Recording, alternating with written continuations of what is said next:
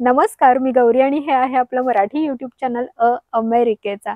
गेल्या वर्षी घराभोवतीचे fall colours बघितले होते आम्ही आणि तुम्हाला आवर्जून ते दाखवावेसे वाटले होते मला, कारण असं वाटत होतं हे कोणाचं राहण्याचं घर नाहीच आहे, हे फॉल कलर डेस्टिनेशन आहे। इतकी सुंदर घराभोवतीचे जे मेपल्स आहेत ते पिवळे केशरी वगैरे झाले होते। पण या वर्षी काय गणित बिघडलंय आणि कुठं चुकलंय, झाडं का रुसली आहेत माहिती नाही। ज्यांनी ज्यांनी फॉल ट्रिप्स केलेले आहेत ते सांगतात की कलर्सच नाहीयेत म्हणावे तसे, गेल्या वर्षी सारखे नाहीयेत। त्याच्या गेल्या वर्षी किती सुंदर कलर्स होते, तेवढ्या प्रमाणात झाडांनी कलर्सच बदललेले नाहीयेत। तर काय नक्की झालंय हे मला असं वाटलं की शोधून काढलं पाहिजे, त्याशिवाय चैन पडणार नाही। आणि शोधून फक्त नाही काढलं पाहिजे तर तुम्हाला सुद्धा सांगितलं पाहिजे। तर आजचा व्हिडिओ दोन गोष्टींसाठी आहे की का नाहीयेत नेहमीप्रमाणे यावर्षी फॉल कलर्स याची चर्चा करूयात आपण। आणि घराभोवती ची झाडं आहेत जे कलर्स बदलतात दरवर्षी, तर त्यांची सध्या काय अवस्था आहे ते सुद्धा मी तुम्हाला दाखवते। शिवाय व्हेजिटेबल बेडमध्ये टोमॅटो लावले होते, ढबू मिरच्या लावल्या होत्या, त्यांचे काय अपडेट्स आहेत तेही मी तुम्हाला दिले नव्हते, तर तेही तुम्हाला सांगायचंय। घराभोवती थोडंसं फिरूया आणि गप्पा मारूयात। मुळात झाडांची पानं रंग का बदलतात इथपासून सुरुवात करूयात। झाडांची पानं हिरवी असतात हे तर कोणालाही माहिती आहे आणि ती क्लोरोफिलमुळे असतात हे सुद्धा सगळ्यांना माहिती आहे। तर फोटोसिंथेसिस प्रोसेससाठी ते क्लोरोफिल आवश्यक असतं आणि क्लोरोफिल पानांमध्ये प्रेझेंट असतं। त्याचप्रमाणे कॅरोटिनॉइड नावाचं एक द्रव्य सुद्धा पानांमध्ये प्रेझेंट असतं। होतं काय, जसजसं सूर्यप्रकाश कमी होत जातो म्हणजे दिवसाची लांबी कमी होत जाते आणि रात्रीची लांबी वाढत जाते, तसतशी ही क्लोरोफिल जे आहे तर ते कमी कमी व्हायला लागतं आणि कमी कमी होत ते नष्ट होत जातं आणि रात्रीची लांबी वाढत जाते, थंडी वाढत जाते। त्यातही त्यावेळी पानात प्रेझेंट असणारं कॅरोटिनॉइड नावाचं जे द्रव्य असतं ते आपले रंग दाखवायला लागतं आणि ते रंग जे असतात ते हे असतात। मग ते कॅरोटिनॉइड जर पिवळ्या रंगाचा असेल तर पानात पिवळा रंग विजिबल व्हायला लागतो, केशरी रंगाचे असतील तर केशरी रंग विजिबल व्हायला लागतो। तर असे हे सगळे रंग पानांमध्ये विजिबल व्हायला लागतात, ते हिरव्या रंगाची जागा घेतात आणि म्हणून पानांचे रंग बदलतात। आणि हे इकडं होतं कारण समर संपता संपता टेम्परेचर इतकं ड्रॉप व्हायला लागतं, कमी कमी व्हायला लागतं, थंडी वाढायला लागते आणि खूप तीव्र थंडी पडायला लागते। तर या वातावरणातल्या बदलामुळे ही सगळी पानांमध्ये प्रक्रिया सुरू होते।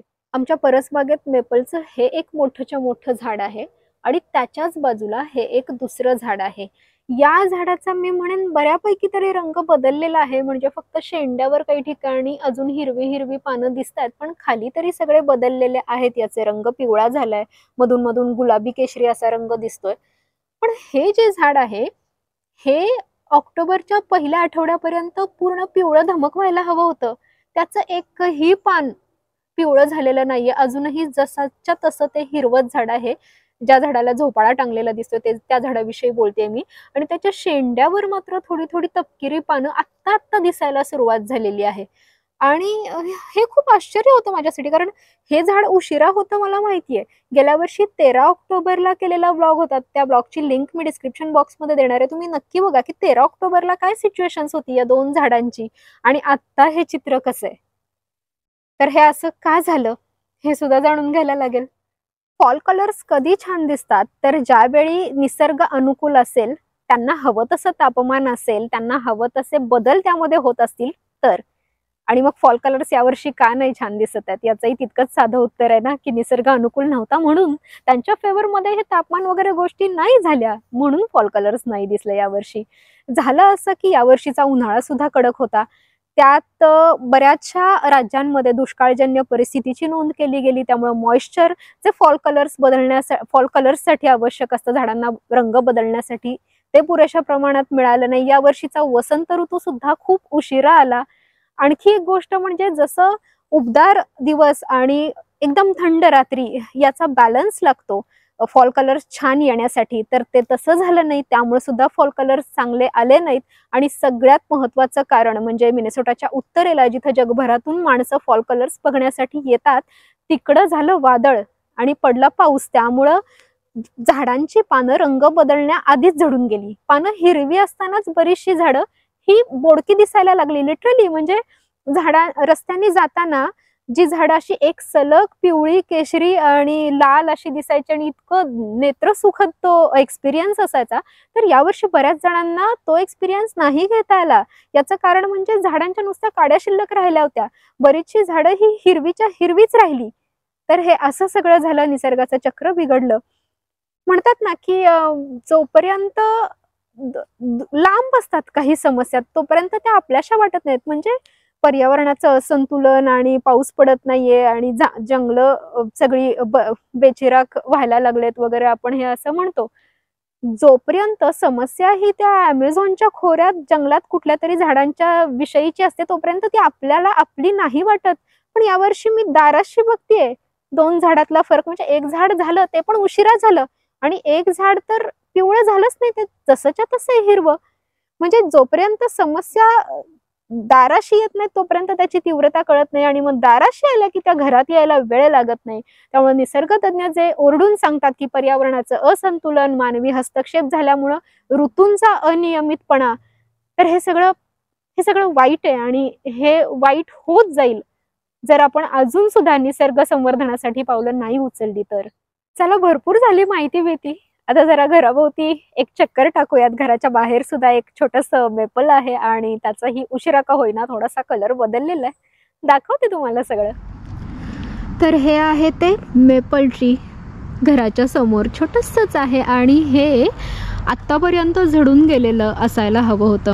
आणि हे जे झाड आहे घरासमोरचं हे पण कधीच झडायला हवं होतं. याची पानं तर म्हणजे ऑक्टोबरच्या पहिल्या आठवड्यात काहीच दिसत नाहीत आणि आत्ता ती अजून सुद्धा थोडी थोडी हिरवी, थोडी थोडी पिवळी अशी दिसत आहेत.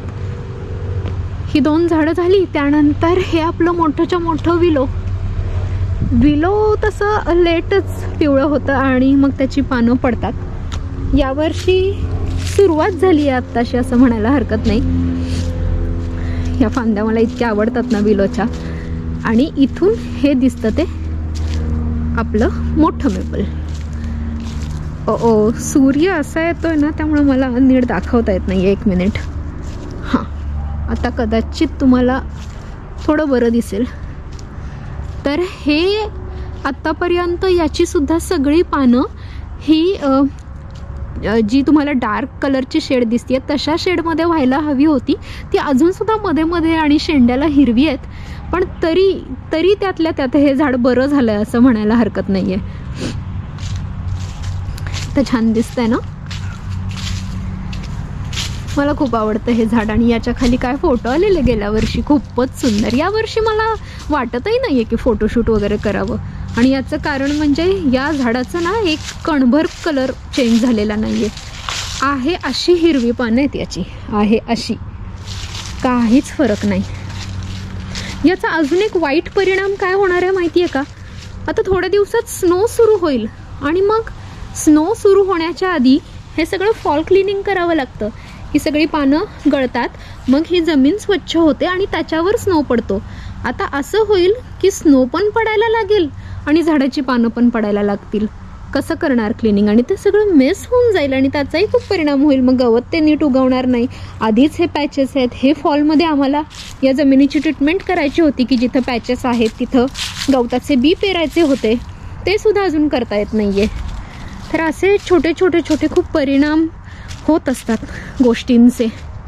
हे सुद्धा झाड खूप पिवळी पिवळी धमक याची पानं व्हायला हवी होती आत्तापर्यंत, तर ती अजून बदलाच्या प्रक्रियेत आहेत. काही काही पानं फक्त पिवळी दिसतात आणि बरीचशी पानं ही जशीच्या तशी राहिली आहेत.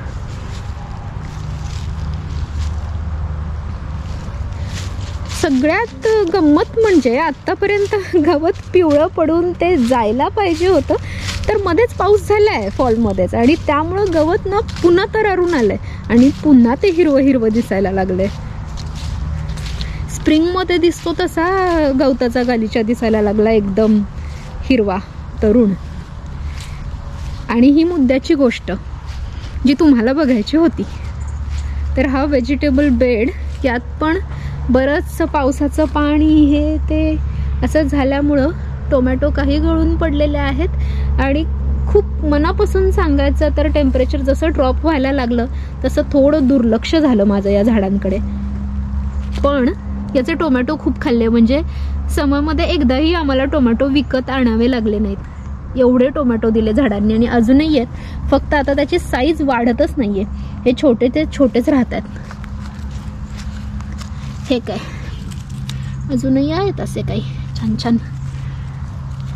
आणि मिरच्या मोठ्या नाही झाल्या, मिरच्यांची पण वाढ खुंटली. सांगते काय, एकदमच टेम्परेचर ड्रॉप झाल्यामुळं बाहेरच घरातून यावंसं वाटत नव्हतं, त्यामुळे त्यांच्याकडे थोडंसं दुर्लक्ष झालं. पण ही बाग आता जाईल थोड्या दिवसात. इथे एकदम मला डार्क रेड पिकलेला पण दिसतो टोमॅटो, इथे आहे. छान लागले पण हे सगळे टोमॅटो.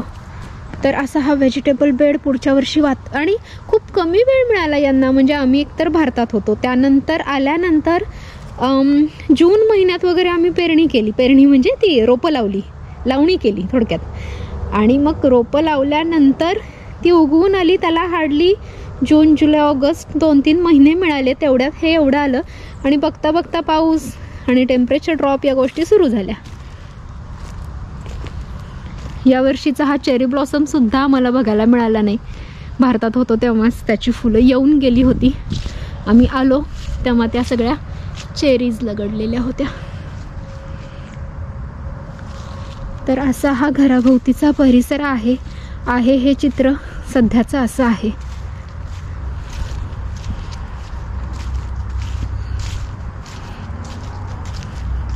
हे छान वाटतं ना, मला ही फ्रेम इतकी आवडली आहे ना, काय सुंदर दिसतीये. इकडे एक झाड, तिकडे आणि इकडे. कसा वाटला आजचा व्हिडिओ? मला थोडंसं वाईट वाटलं यार आजचा व्हिडिओ फिल्मिंग करताना. म्हणजे जसं ऋतुचक्र आहे ते तसंच राहावं, नाही बिघाड व्हायला पाहिजे त्यामध्ये. मला जास्त आवडलं असतं जर ही दोन्ही झाडं गेल्या वर्षी सारखीच असते आणि मी गेल्या वर्षी सारखीच त्या झोपाळ्यात बसून या पिवळ्या धमक झाडाखाली फोटो काढले असते, तर मला जास्त आवडलं असतं ते. पण मी माझ्या परीनं तर प्रयत्न करत असते, तसे ते प्रत्येकानं आपल्या परीनं केले पाहिजेत. आपल्या अवतीभोवती झाडं बिडं वाढवली पाहिजेत यार, कारण नाही मग सगळं विनाशाच्या वाटेवर जाईल आणि पुढच्या पिढ्यांसाठी मग काहीच शिल्लक राहणार नाही. आपण काय वारसा देणार आहे त्यांना?